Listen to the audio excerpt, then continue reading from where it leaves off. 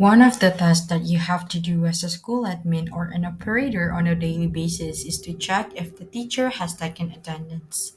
To do that, you're going to click on the report menu and then click on compare class report. Select the date that you want to see the attendance rates in. For example, I'm going to select 7th of September. Here you can see that class test 1A and class test 1B have taken the attendance. Another way of seeing whether each class has taken attendance is through the notification here. You can click it. And here you can see the number of classes who has synced the attendance for today.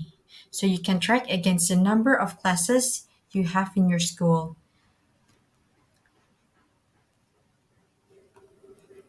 Here you can see that the attendance rate for class test 1A is 80% and for class test 1B is 100%. Do follow up with teachers of classes whose attendance is significantly lower than others. You can also compare each class attendance rate and you can check against the school summary for that day by clicking report and then school report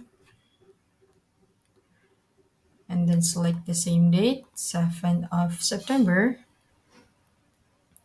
You can see that the attendance rate for 7th of September is 92.9%, which is a little bit higher than class test 1A attendance rate for that day.